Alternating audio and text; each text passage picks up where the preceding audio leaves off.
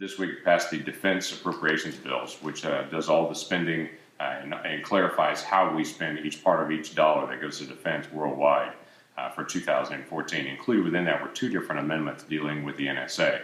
That's an unusual place to put an NSA amendment dealing with funding on these programs that have come out with Edward Snowden when he released some information on some of the programs that are out there, some accurate information, some false information as well. So the challenge is we want to be able to fix these programs. I've been in 5 different classified briefings dealing with these programs. We've asked a lot of hard questions, met with a lot of leadership, met with people personally in the intelligence community to be able to push back. There are problems with this program and it does need to be fixed. The challenge is, how do you fix it?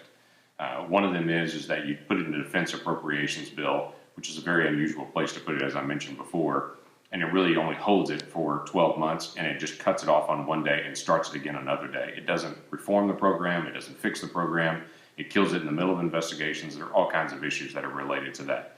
The bigger issue is you don't just cut a funding piece on it and do a haphazard, you repair it.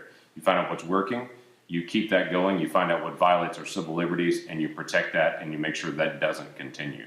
That's what needs to occur. The right place for that to happen is in an intel authorization bill. Then you can really put language in there to be able to fix it and protect our civil liberties while still protecting our nation. We do have 2 responsibilities. Protecting our privacy has to be a high priority. Protecting our nation and our security is another priority. But I've heard it over and over again, and have repeated over and over again. You can't just say everything's security so we release all of our liberties. That's not true of us. Other nations do that. We don't do that in the United States.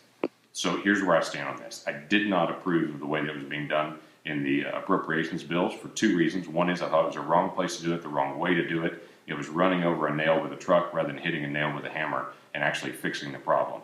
The second part of it is it does bring up its own unique constitutional arguments. So while we're trying to protect the 4th Amendment rights, we're actually at the very same time running over separation of powers issues.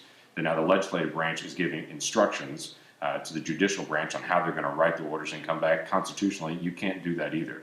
Because it's in an appropriations bills, they had to come up with this very twisted language to try to get it in there and make it fit. The language itself, I feel like, was also a challenge to the Constitution. So I'm not going to defend a constitutional liberty by trying to violate another constitutional protection. Let's do it the right way. So what's happening? Met again with the intelligence community even today, trying to push through how we're going to get language, what language is that going to be, how are we going to get this fixed, made proposals to them. We're going to walk this through the right way and do it the correct way.